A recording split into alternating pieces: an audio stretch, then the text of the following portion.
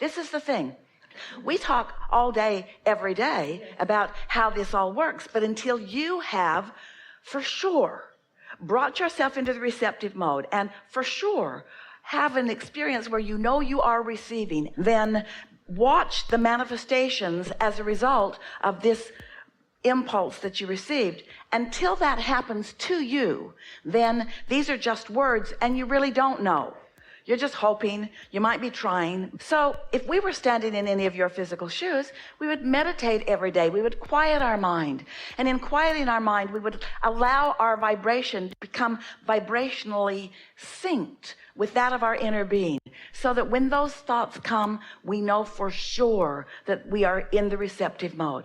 The thing that trips you up is that through your life experience, you have long believed that if you were ever to become enlightened, which you think is unlikely, if you ever were to become enlightened, because so often those who are stand out and say about themselves how rare they really are. And so you don't really expect yourself to become enlightened. You don't really expect yourself to be one of those special ones who's in the receptive mode. And you really do think that if you should accidentally get into the receptive mode, that really important information will be given to you. It should be solemn. There should be harps playing in the background, and you should be receiving things that are of great importance. And so when Esther comes out of meditation and what she receives is an impulse to move furniture around, some might say, that's not very enlightened. Who's she tapping into?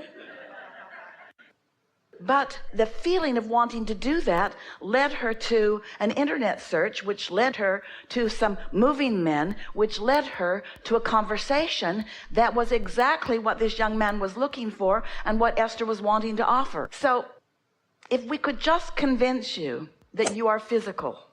Oh, wait, you already know that. If we could just convince you that it's good that you are physical, that you are physical beings on the leading edge of thought, that you are physical extensions of source energy, and that manifestations are as spiritual as it gets, so that you could then allow some of what you have formerly thought were not such spiritual thoughts. You know how you can tell that you're in the receiving mode? This is the surest way to know. And many of you will relate to this because it happens to you on a really regular basis. So you have put yourself into your quiet spot where you're meditating. And you've focused upon something that is not very interesting. Esther likes that sound, that sort of loudest, dominant sound, the steadiest sound in the room. She doesn't pick the chirping birds. They're too erratic. She would pick the constant, the sound that is the constant, and just focus upon it.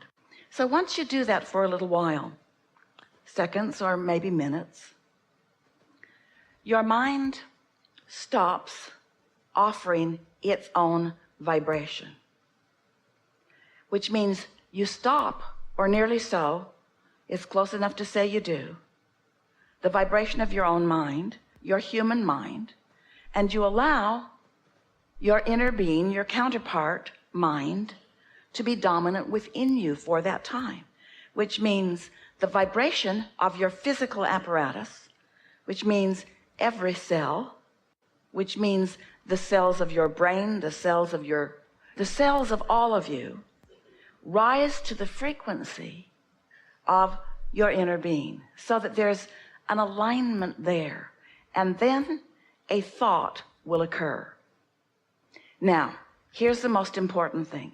It doesn't matter what the thought is, but it is a wonderful distinction if you can know for sure that you were in that thoughtless space before you received the thought. Because if you can accomplish a thoughtless space for a little while and then receive a thought, trust that that thought is a thought that your inner being is thinking that you are receiving. Now, you got to know this. Your inner being knows where you are vibrationally at all times, and knows where you want to be at all times, and knows where you are in relationship to everything you want at all times. So your inner being is offering a thought to you that is the path of least resistance thought for you. And while you might want it to be book material, or you might want it to be an invention that has never been present on your planet before, and eventually it can be that, but at first, your first receiving thoughts, or your thoughts that are the most beneficial to you, are from where you are, what thought could you receive that would lead you in the fastest way to something that is important to you. And so rather than judging the importance of the thought, evaluate when the thought dropped into your mind. Was my mind busy and active when I got the thought? If it was, it didn't come from source. It was just a continuation of your busy, active mind. You following that? But if your mind was quiet and a thought dropped in, then bask in the deliciousness of that thought and stay there with it for the 15 or 20 minutes that you still have left in your sitting. And it may very well be that that thought will evolve into something more and something more and something more, or maybe another thought will drop in and another. But show yourself what receiving feels like. Don't take anyone's word for it. Show yourself that you are a receiver. Show yourself that you can be a receiver. And then you reach the place or the point in your vibrational aptitude where you don't have to meditate to get there. You can just get happy and get there. You can be driving and get there. In other words, you're in the receiving mode a good deal of the time. Haven't you been with someone when you really get rolling? A group of you around a table having such fun. Everyone's tuned in, tapped in, turned on. And here it comes, here it comes, here it comes, here it comes, here it comes, here it comes, here it comes. Boom, boom, boom, boom, boom, boom, boom, boom, boom, boom, boom. We're on fire, you say. We are so tuned in to well-being. And our inner being isn't trying to get us to change the world. Our inner being is just guiding us through the most pleasant dinner that has ever been eaten, you see. We want the proof to be, the satisfaction is the proof, because proof, until there is that manifestation that you're wanting. But there's plenty of satisfaction, which is proof, satisfaction, which is proof, satisfaction, which is proof, satisfaction, which is proof, before there is the manifestation, the car in the garage or the whatever. But it doesn't feel like enlightenment to you until you've allowed yourself to receive, because enlightenment usually feels to you in your human form like the big payoff of manifestation. You might be able to tell that we're talking about the vortex being here and you being in the receiving mode and receiving from the vortex. And then in that satisfaction of that reception, being ready for more and being ready for more and being ready for more. Meditation is really a progressive thing. That's why it's really helpful to do it every day. Being ready for more and being ready for more. And so what you want to call enlightenment might be, once you're really in the groove of it and you're really asking deeper questions. In other words, the deeper your question, then the more enlightened your answer feels. But really, everything that is received is enlightened because it's coming from that pure positive energy. We think it's a good idea to acknowledge this. This is really a good culmination of this part of what we've been talking about here. So, do you get it that you are an extension of this source energy? And that you are out here on the leading edge? And that what you are manifesting is source manifestation. This is creation.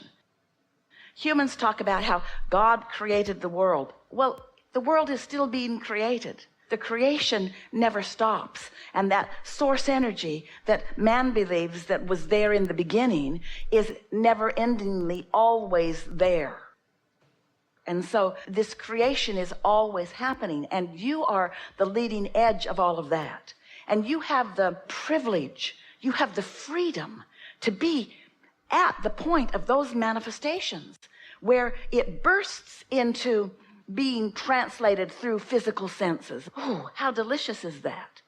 And so this source energy who is manifesting to you and through you, it just doesn't get any better than that. But humans want enlightenment to be something more than day-to-day experience.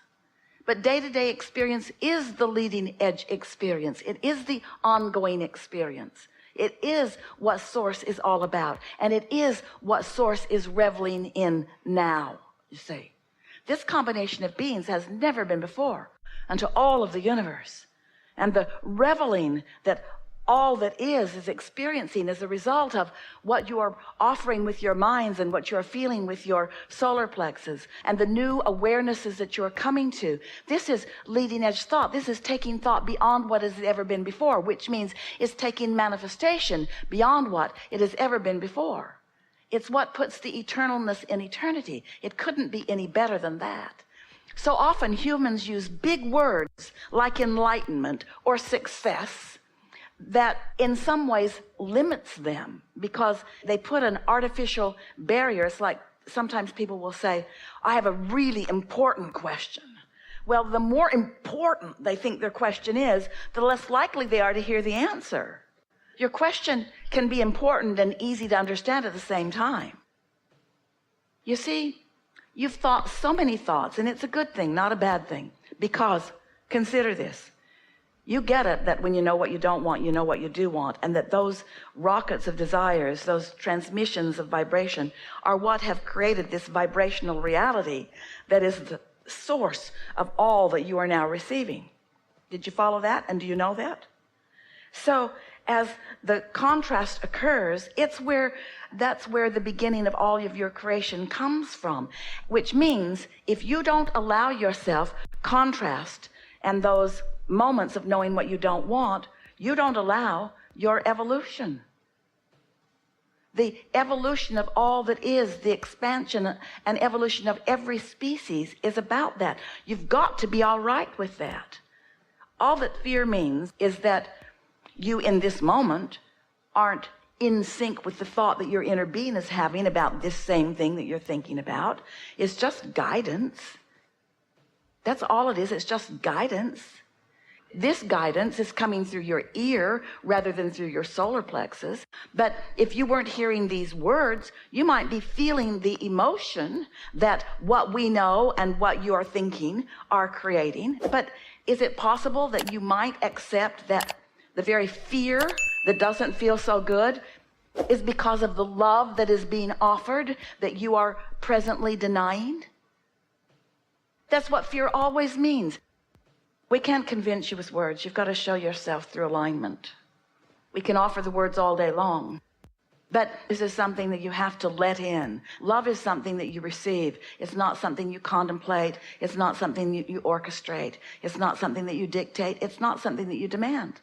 It's something that you let in. It's something that is always present and always being offered to you that you can let in or not. And when you don't, it doesn't feel good. That's all. It doesn't mean it's not present. It means you're not letting it in. And so when you beat up on yourself by saying, oh, I'm denying myself this love, that just holds you apart from it further. Instead say, oh, this is an indication that I'm denying this love. I think I'll take a nap. I think I'll stop rampaging on this subject that has enough momentum that it's carrying me into a vibration that isn't allowing me to receive the love that is always being offered to me. We're not talking about other humans bringing it to you. We're talking about you coming into alignment and feeling the wholeness of who you are.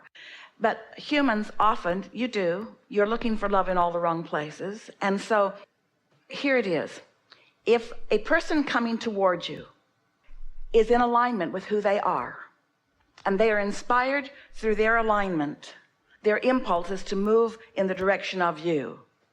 If you are in alignment, you will not feel like pushing them away. But there are a lot of people moving towards you who are not in alignment with who they are. Much of the world is acting not from alignment, but from action, acting out of lack. And so don't call it fear, call it guidance. Call it, this is not in alignment with me. You're not rejecting them, you're just not meshing with them. And the reason you're not meshing with them is because they're not meshable.